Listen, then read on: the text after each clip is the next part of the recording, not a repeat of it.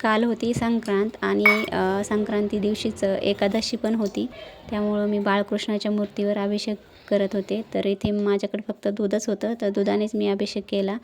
संक्रांत आणि भोगीच्या दिवशी आपण पण तीळ टाकून आंघोळ करतो, तर मी त्यात तीळ पण टाकले होते. देवपूजा झाल्यानंतर इथं मी थोडासा पोटोबा केला.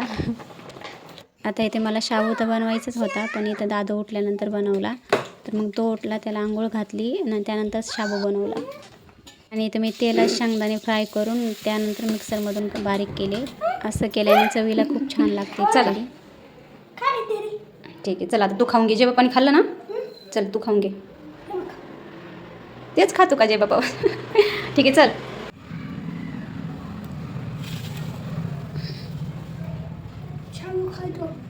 छापू खातो? नको बाळा, मला आहे नाही का खाऊ. ठीक आहे. देवाला नैवेद्य दाखवण्यासाठी इथे मी तिळाचे लाडू बनवले. शेंगदाणे भाजून घेतले, तीळ भाजून घेतले, त्यानंतर दोन्ही मिक्सरमधून काढून त्यात गूळ बारीक करून टाकला आणि ते मिक्सरमधून काढलं.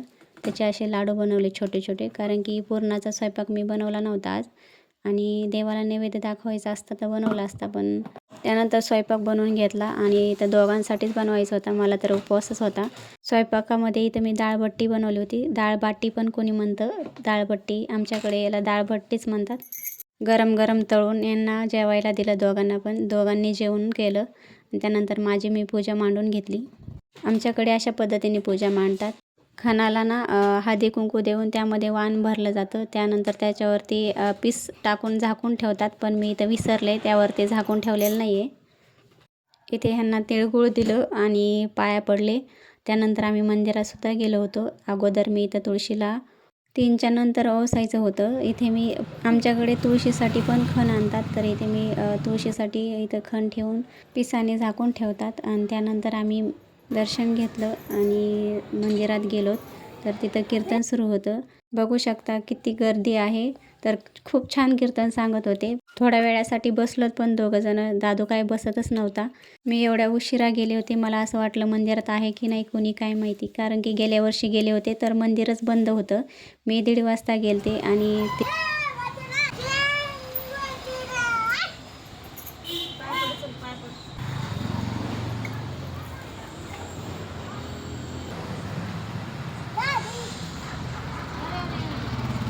त्यानंतर घरी आलोत. मकर संक्रांतीच्या खूप साऱ्या शुभेच्छा. धन्यवाद.